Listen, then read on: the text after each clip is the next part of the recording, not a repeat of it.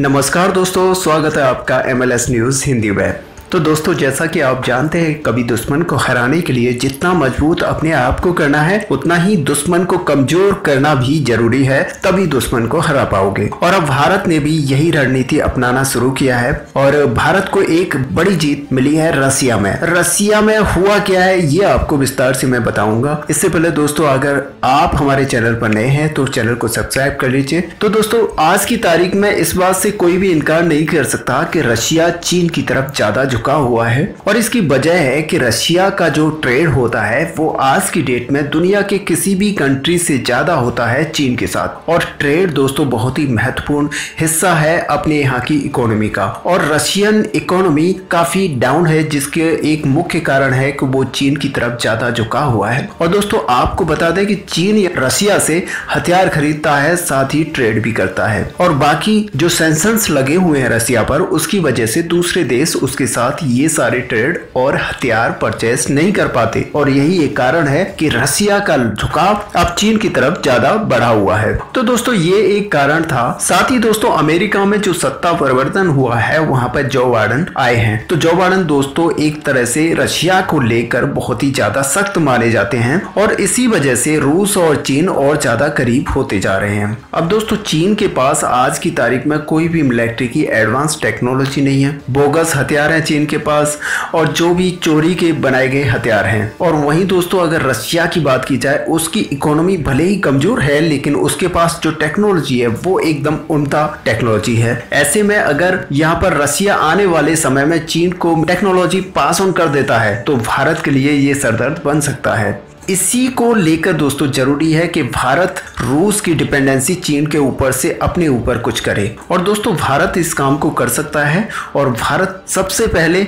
यहाँ पर हथियार, अगर महंगे महंगे हथियार और बड़े हथियार रूस से खरीदता है, लेकिन इसके लिए बहुत ज़्यादा पैसे चाहिए, और साथ ही जो भारत मेड इन इंडिया पर काम कर रहा है उसको फिर रोकना पड़ेगा। तो ऐसा नहीं किया जा सकता। लेकिन भारत का ये कंफर्म है कि भारत आने वाले समय में वो सारे हथियार रखेगा जो रूस और अमेरिका के पास होंगे। और वैसे भी आने वाले समय में भारत हथियारों का बड़ा एक्सपोर्टर बनने वाला है, क्योंकि इसी साल से कई सारे हथियार एक्सपोर्ट होना स्टार्ट हो जाएगा। और ऐसे में भारत ये काम नहीं कर सकता कि रूस से ज़्यादा महंगे हथियार खरीदे।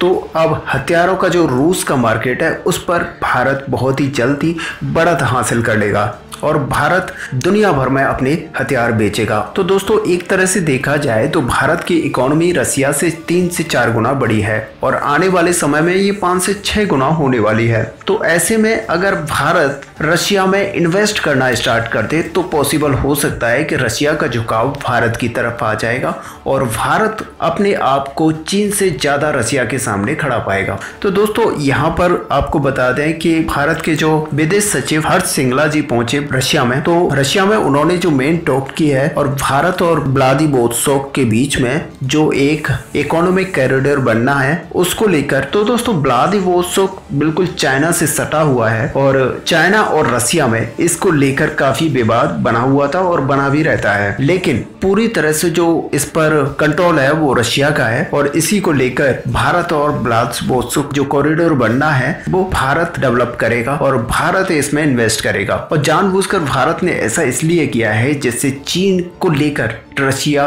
भारत के पक्ष में आ जाए। तो दोस्तों, भारत को इसे चेन्नई से जोड़ना है, जो कि भारत करेगा। और आपको याद होगा कि आज से 3 साल पहले जब भारतीय प्रधानमंत्री रशिया गए थे, तो उन्होंने ये वहां पर वादा किया था कि हम 10 अरब डॉलर आपके जो ईस्टर्न पार्ट है उस पर इन्वेस्ट करेंगे। यानी कि भारत की ये एक बड़ी जीत है, और रशिया ने भी इसको बहुत ही ज्यादा अप्रिशिएट किया है। वहीं चीन के लिए मुसीबत यह है कि आज की तारीख में जो रूसी इकोनॉमी में ज्यादा भागीदारी चीन की है, लेकिन भारत इस ईस्टर्न पार्ट को कब्जाना चाहता है, और यहाँ की जो इकोनॉमी है भारत वहां पर अपना कब्जा चाहता है, ताकि रूस के अंदर जो भारत को चीन से ज्यादा बढ़त मिले, और भारत यहाँ पर इन्वेस्टमेंट अपना बढ़ा सके, ताकि रशिया का झुकाव जो है चीन की तरफ से भारत की तरफ ज्यादा हो जाए। और इसे दोस्तों भारत की एक बहुत ही ज्यादा बड़ी जीत माना जा रहा है। तो दोस्तों, आपका क्या व्यू है इसको लेकर, आप हमें कमेंट पे लिखकर बता सकते हैं। वीडियो को लाइक और शेयर करना ना भूलें। मिलते हैं नेक्स्ट वीडियो में, तब तक के लिए धन्यवाद।